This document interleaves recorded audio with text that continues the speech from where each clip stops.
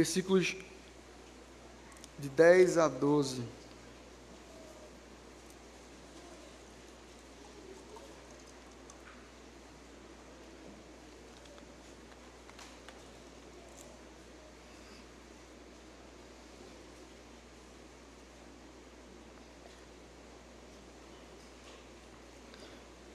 Diz assim a palavra de Deus, 1 Pedro, capítulo 1, versículos de 10 a 12. Foi a respeito desta salvação que os profetas indagaram e inquiriram, os quais profetizaram acerca da graça a vós outros destinada, investigando atentamente quanto à ocasião ou quais as circunstâncias oportunas indicadas pelo Espírito de Cristo que neles estava, ao dar de antemão testemunho sobre os sofrimentos referentes a Cristo e sobre as glórias que os seguiriam. A eles foi revelado que, não para si mesmos, mas para vós outros, ministravam as coisas que agora vos foram anunciadas por aqueles que, pelo Espírito Santo, enviado do céu, vos pregaram o Evangelho, coisas essas que os anjos anelaram perscrutar. Vamos orar. Santo e eterno Deus, nos dá a graça de percebermos o teu amor e privilégio que temos em termos o alcance aos nossos corpos corruptíveis, a nossa alma maculada pelo pecado, alcance da graça vinda por meio de Cristo. Salvação para nós que não prestamos, que não podemos nos levantar diante de Ti, mas o Senhor nos dá presença Tua e um colo paternal, ao qual nós podemos descansar. Nos dá então, Senhor, de vivermos com esses privilégios, dando louvor ao Teu nome, estando satisfeitos em Cristo. É nele que te oramos. Amém. Irmão, você já pensou de forma saudosista da vida? É muito comum termos uma sensação de aquilo de que vivemos no passado era bom, era muito melhor. Às vezes a gente olha para uma criança e diz, nessa época aí eu era feliz e não sabia. Alguns até dizem, eu era feliz e eu sabia sim que eu era feliz. Porém, quantas e quantas vezes essa tendência ao saudosismo, ela não é uma tendência que nos leva a um coração sem uma boa percepção do que aconteceu para o passado. Às vezes a gente valoriza algumas coisas, mas esquece o quanto sofremos, partes que foram difíceis. A gente diz, o meu tempo era um tempo muito melhor, e talvez para você ter contato com a sua família que viajou, que está morando em outro lugar, você só tinha cartas para enviar, você só tinha um e-mail para enviar, e hoje temos o privilégio de ligarmos agora, de estarmos agora transmitindo o nosso culto, para que outras pessoas possam assistir aqui e serem abençoadas. Muitas vezes a gente olha para o passado como com esse saudosismo, como esse grande momento, e esquecemos que temos privilégios para os dias de hoje. É assim então que enxergamos Pedro aqui vir tratar ao coração dos irmãos que estão na diáspora. Lembrem que o contexto aqui é de um povo que está sendo perseguido, está espalhado no meio daquele continente, vendo então irmãos sendo perseguidos, mortos, perdendo os seus bens. E aí a gente percebe aqui uma clara mensagem de esperança, e parece um contexto destacado daquilo que estamos tratando anteriormente. vemos aqui antes que esse povo tem sofrido. Deus diz que, através de Pedro, que eles poderão passar por provações e que eles precisam ter mente tranquila, paciência, longanimidade para experimentar daquilo. E agora, nessa porção da palavra, ele fala sobre um grande privilégio que esses irmãos têm, estes irmãos e nós. E é por isso que precisamos pensar nesse texto sobre o seguinte tema: o privilégio de viver a salvação revelada em Cristo. O privilégio de viver a salvação revelada em Cristo. O versículo 8 e 9, fazendo parte do contexto do que pregamos na semana passada, nos diz o seguinte: a quem não havendo visto, a mais, no qual não vendo agora, mas crendo, exultais com alegria indizível e cheio de glória, obtendo o fim da vossa fé, a salvação da vossa alma. E a partir do versículo 10, ele nos diz: foi a respeito desta salvação que os profetas indagaram e inquiriram. Ele está falando aqui sobre essa esperança que nasce em Cristo Jesus.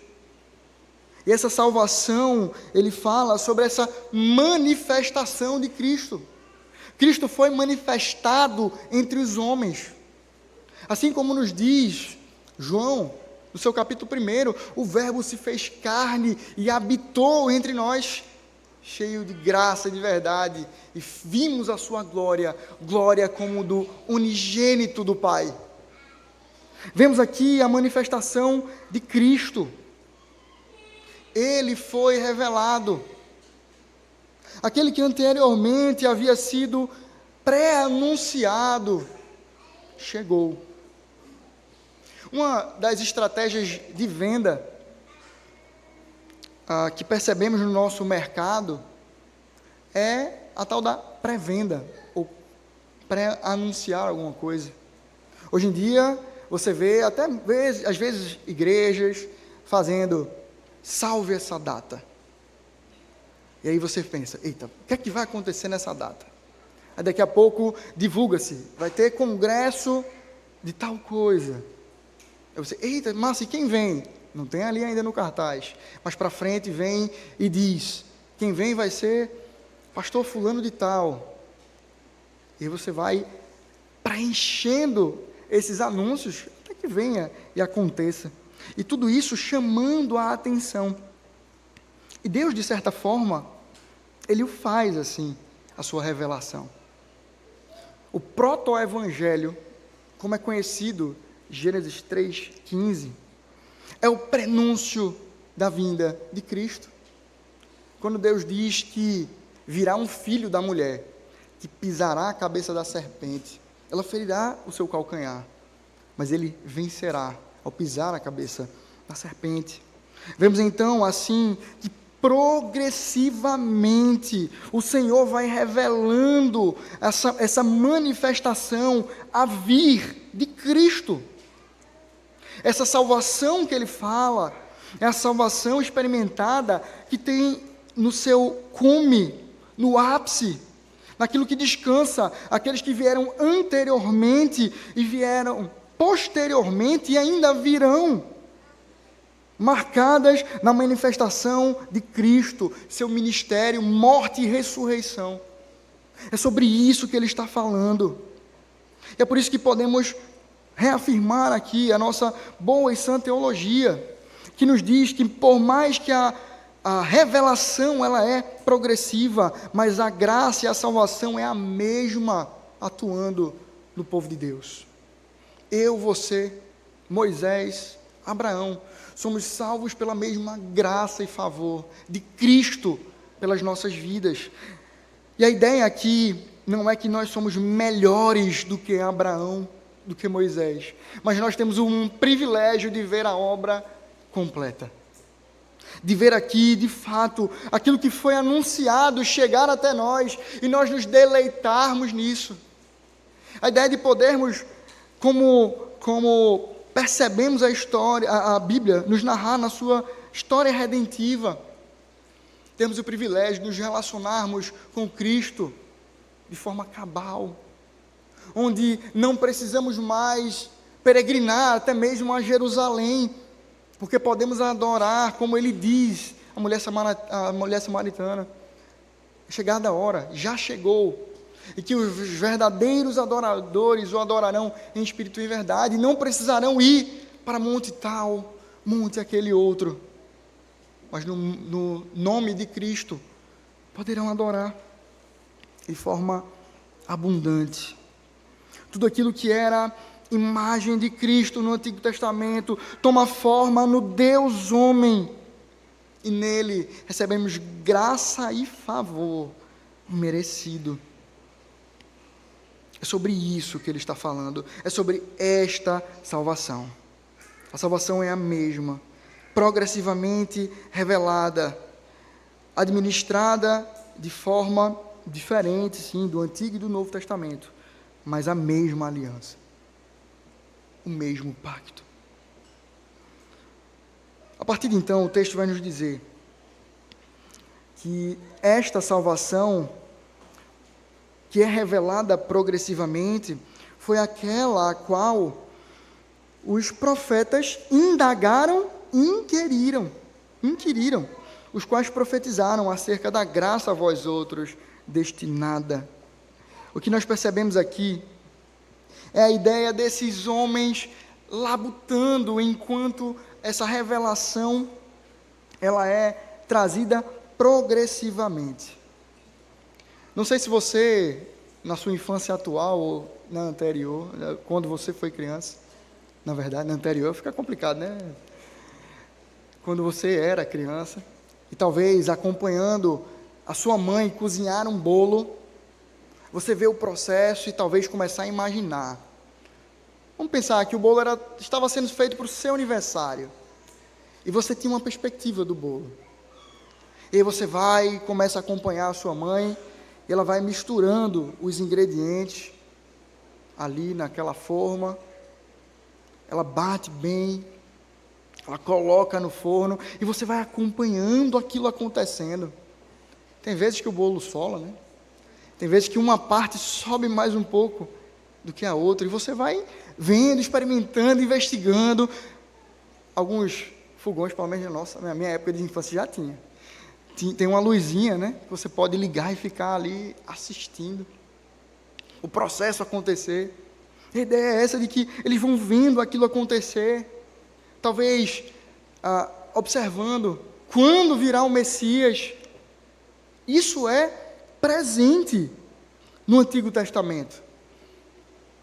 Essa é uma inquietação do coração dos irmãos na fé. Quando virá o Messias? Será que é agora o tempo? Quando estudamos sobre Ageu, a gente vê até um esfriamento e uma má teologia aplicada aqui, dizendo, eu não sou digno ainda. Nós não somos dignos de poder construir a casa do Senhor. A expectativa ali de dignidade é aquela que eles descansam nessa ideia de que haverá alguém que terá dignidade de fazê-lo. Eles aplicam de forma errada, mas a coerência vem desse sentido. O que vemos aqui então é esse experimentar dessa revelação progressiva, crescer e crescer. E qual é a ideia por trás dessas palavras que são colocadas como as atitudes dos profetas? Indagaram e inquiriram. Eu não sei se você já ouviu esse termo conhecido sim, mas muito aplicado nos seminários, dos estudos teológicos mais profundos. Mas indagar e inquirir são palavras que vêm da mesma raiz de exegese.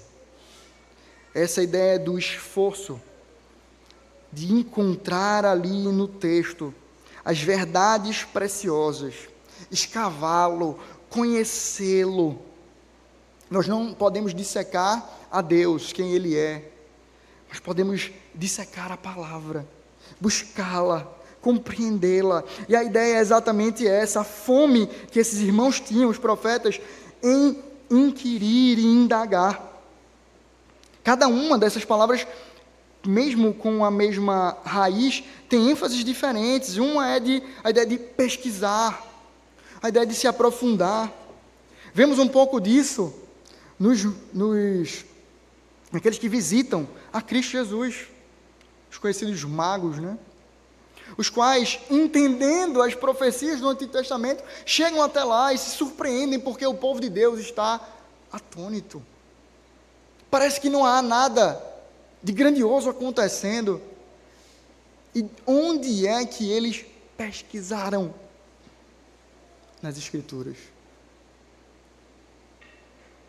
Essa é a ideia, a fome por conhecer das Escrituras. A pergunta, e perceba que a pergunta é a pergunta às Escrituras. A ideia de questionar, Senhor, será que agora é o tempo? E vai lá nas Escrituras conferir. Esse é o trabalho dos profetas. Esse foi o labor desses irmãos, os quais profetizaram, e diz aqui, acerca da graça a vós outros destinadas. E aí, novamente, casa com aquilo.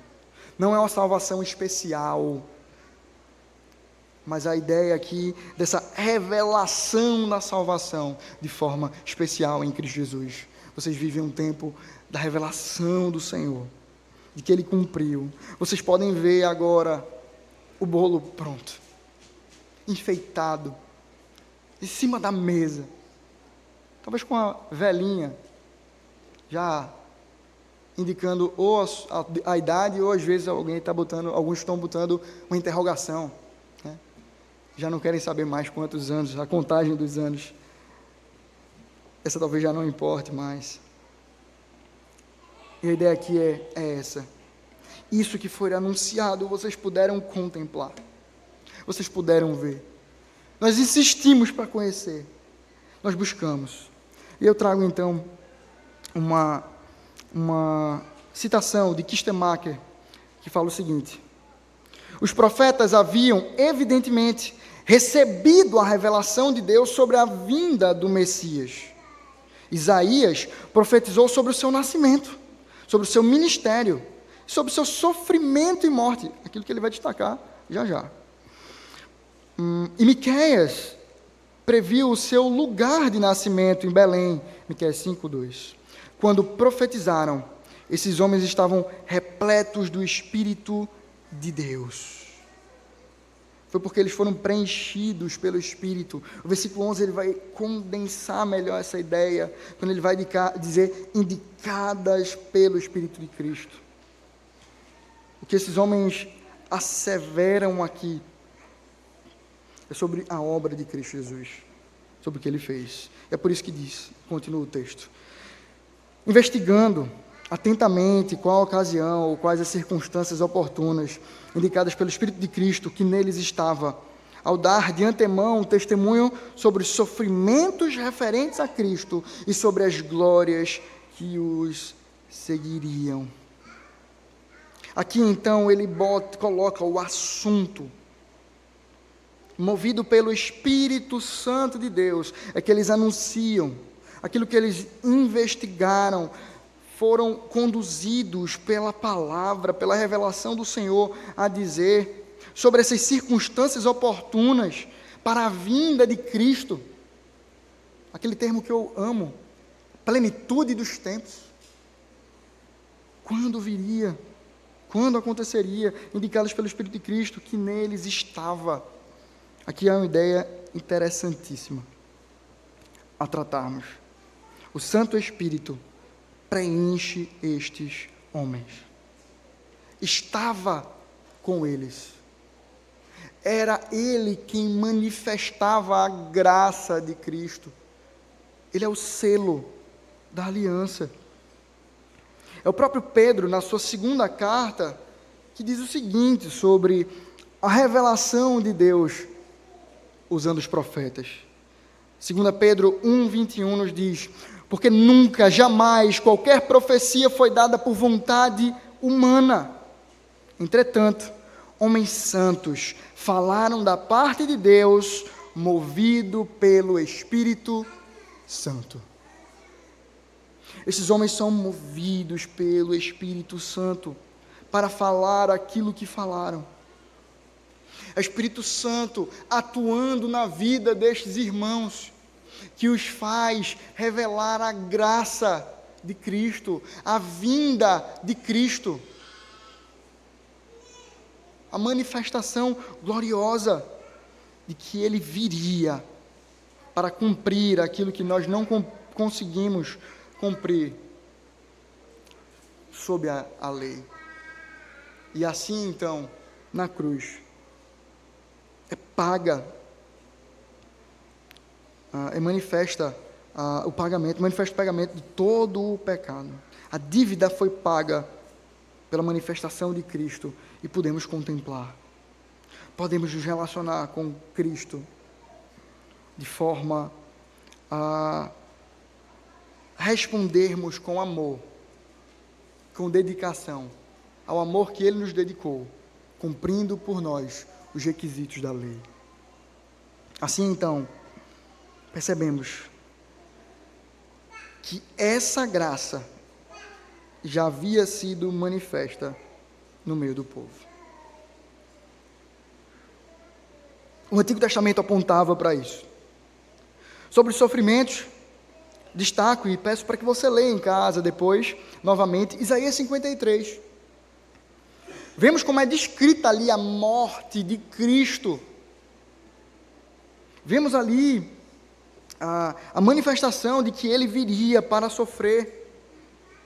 E destaco, então, Lucas 24, 25 a 27, mostrando a perspectiva do próprio Cristo, enquanto caminhava com os irmãos até Emaús, ou na estrada até Emaús, quando Ele nos diz: então lhes disse Jesus, ó nécios e tardos de coração para crer tudo o que os profetas disseram.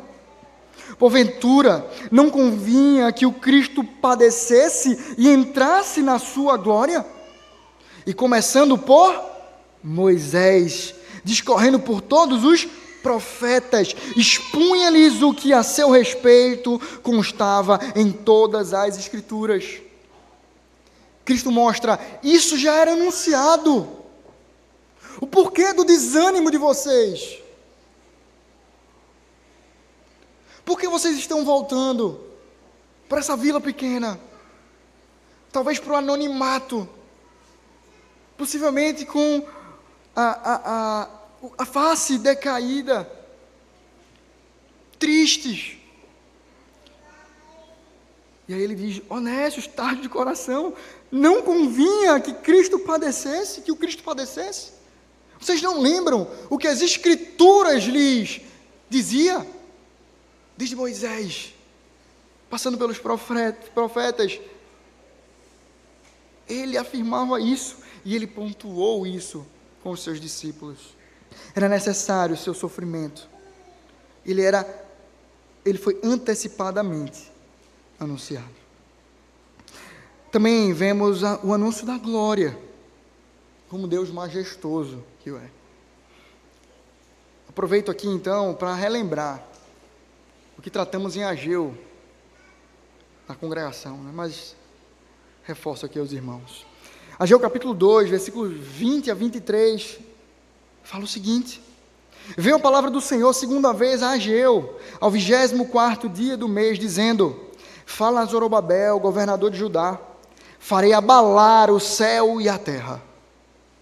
Derribarei o trono dos reinos e destruirei a força dos reinos das nações.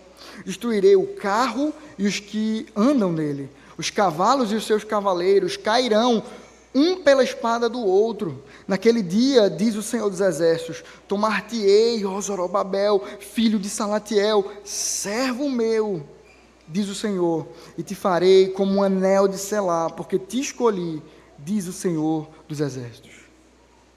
Zorobabel morreu, os seus filhos também. Mas um descendente do Senhor, um daqueles que assume o governo, porque é rei, profeta e sacerdote, vem no seu lugar. É sobre ele que, na imagem de Zorobabel, desse reino que é aqui reestabelecido, não no sentido pleno ou governamental, humano, nacional, mas em Cristo. Deus tem prometido ali, o reino dele é vigente. Isso é manifesto quando vemos a Cristo.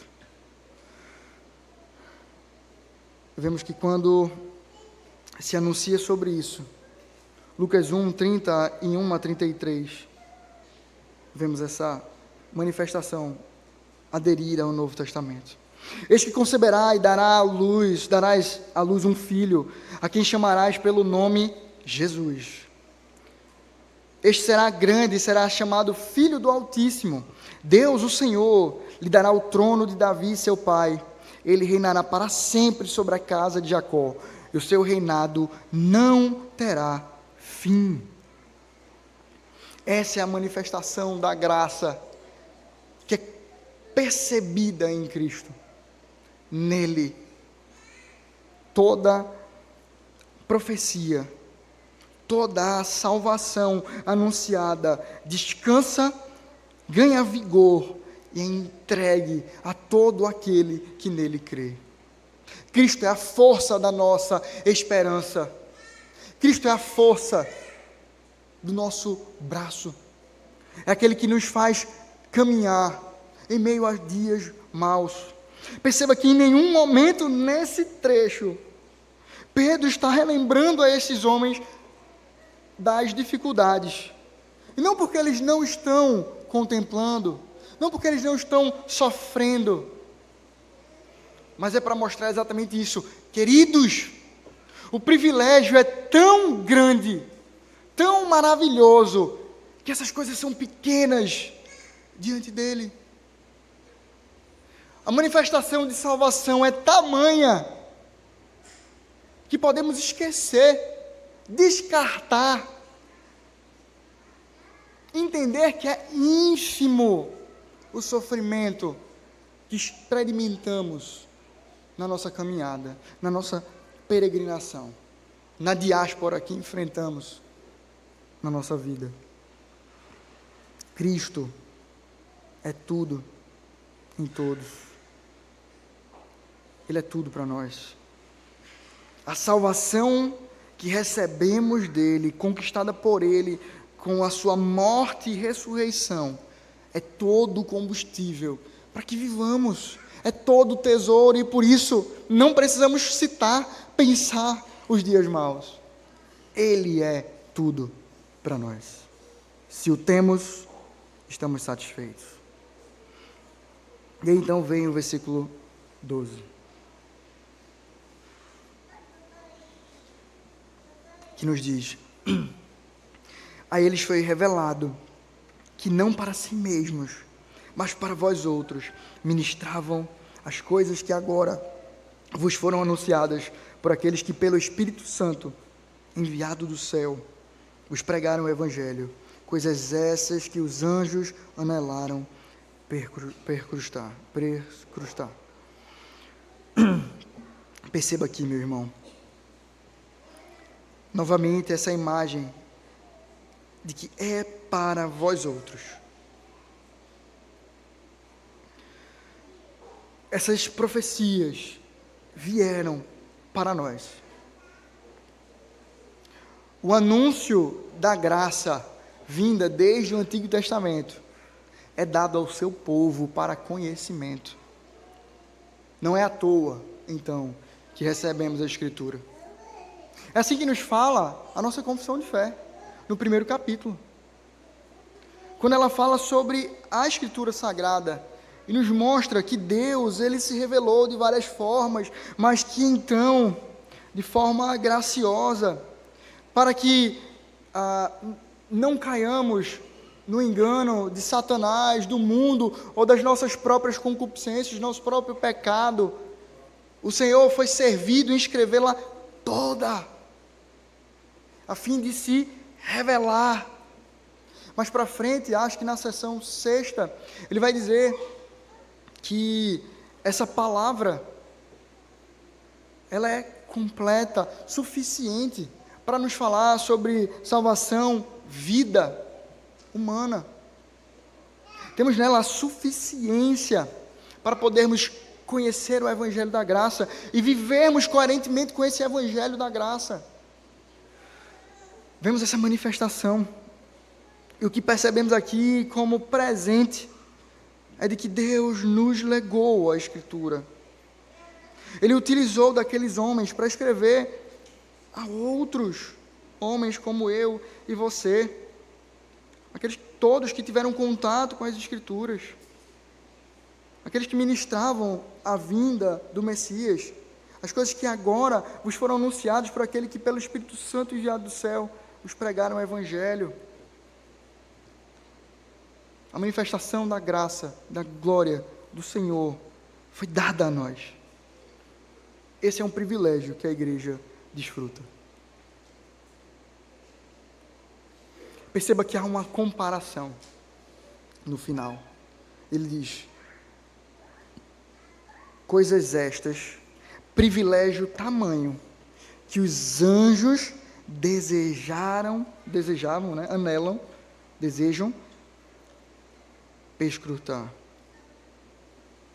A ideia aqui é de alguém que quer conseguir ver pela brecha, se esforça. Um outro pregador trouxe essa ideia aqui de esticar o pescoço, sabe? A ideia de esse desejo de poder contemplar. Talvez uma boa inferência disso, quando olhamos para a própria Escritura, é o pedido de Moisés, dizendo: eu quero ver-te, Senhor. Percebemos aqui que os anjos desejavam experimentar disso, mas o Senhor não os deu este privilégio, deu a nós. Ele nos deu o privilégio de conhecermos a salvação por meio de Cristo Jesus, de pregarmos o Evangelho, de recebermos de forma progressiva a sua Escritura, de termos um Salvador em Cristo Jesus, de experimentarmos o Evangelho que quebra os nossos corações, que nos muda, que nos transforma. Os anjos, aqueles que foram condenados, já estão condenados. Os que estão com Cristo, já estão com Cristo. Nós temos o privilégio de ver a manifestação do Evangelho de Cristo sendo experimentado por nós. Isso é privilégio do Senhor. Nós temos o privilégio de sermos moldados, forjados em Cristo Jesus.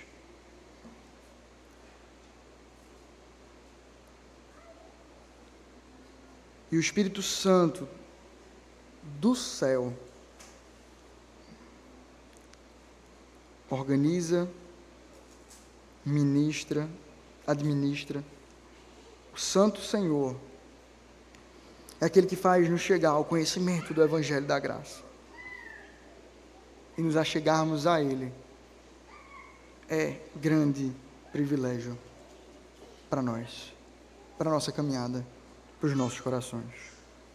É por isso que, diante dessas verdades, eu gostaria de trazer algumas aplicações aos nossos corações. Em primeiro lugar, vimos que foi a respeito dessa salvação que os profetas indagaram e inquiriram, os quais profetizaram acerca da graça a vós outros destinadas. A ideia aqui dessa intensidade da exegese, de inquirir, de indagar. Nós precisamos, meus irmãos, ter esse desejo e nos debruçarmos nas Escrituras, tendo nós o privilégio dessa manifestação clara e evidente. Precisamos do combustível da graça, para sermos alimentados, do alimento da palavra, e precisamos fazer isso com avidez, com fé, desgastando a nossa mente e coração, para conhecer mais do Senhor e da sua revelação. Não ache que o seu conhecimento é suficiente na sua relação com Deus. Veja, se você conhece a Cristo, tem Ele como seu Salvador, e essa é a prerrogativa que Pedro está falando aqui. Ele está falando a crentes no Senhor. A manifestação de Cristo, se você já é crente, você já o conhece para a sua salvação. Mas a ideia aqui é de que temos o privilégio de conhecê-lo ainda mais, chegarmos aos céus mais lapidados, mais parecidos com o nosso Senhor. E é isso que deve nos levar a amar as Escrituras e a inquiri-la, a indagar a ela, perguntar, meditar nas Escrituras, tendo o privilégio de que olhamos agora para isto contemplado. Cristo veio, morreu e ressuscitou por nós. Além disso, vemos aqui um outro grande privilégio que precisa ser experimentado por nós. Ele diz aqui, investigando atentamente qual a ocasião, quais as circunstâncias oportunas indicadas pelo Espírito de Cristo, que neles habitava, ao dar de antemão testemunho dos seus sofrimentos referentes a Cristo e sobre as glórias que os seguiram.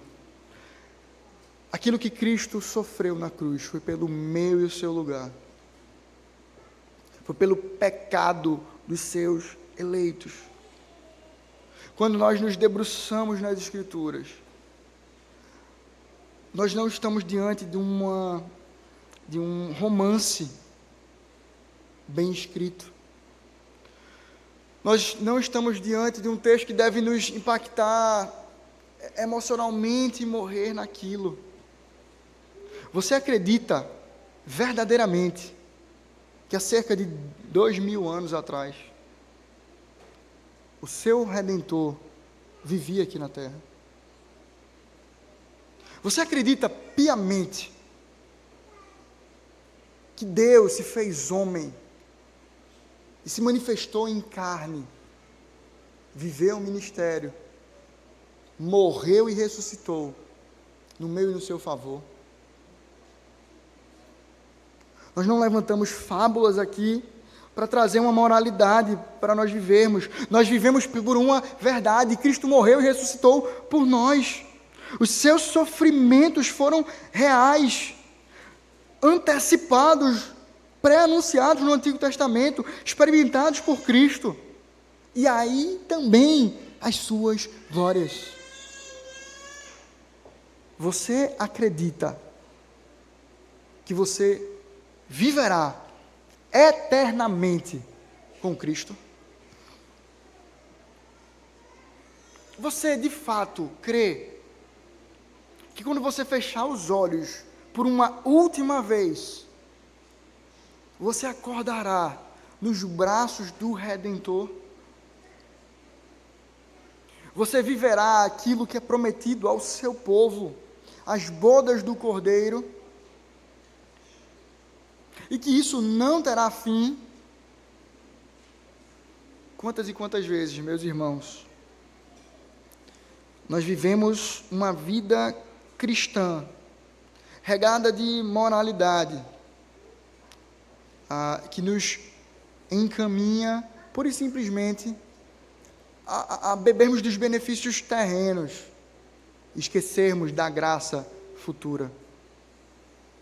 Como é bom ter um casamento tranquilo no Senhor. Você poder confiar na irmã com quem você é casado e dizer assim, eu não tenho desconfianças ali de que ela atentará para o meu mal. Da mesma forma para com as esposas dos seus maridos. Eu vejo que esse homem cuida de mim. Esses são benefícios que Deus nos dá, acessórios à salvação. Nós devemos viver eles sim. Anelar por experimentarmos aqui, antegozar os céus, mas perceba que é antegozar. É experimentar previamente aquilo que veremos no porvir. Por isso, deposite toda a sua esperança em Cristo, na sua volta. Não entesoure bens que você não levará para os céus, mas invista tudo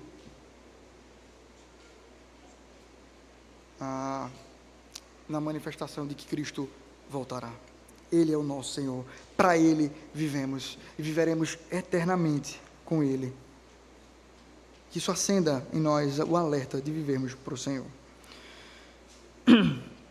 E além disso, Ele nos diz: a eles foi revelado que não para si mesmos, mas para vós outros, ministravam as coisas que agora vos foram anunciadas por aqueles que, pelo Espírito Santo enviado do céu, vos pregaram o Evangelho, coisas essas que anjos anelaram perscrutar.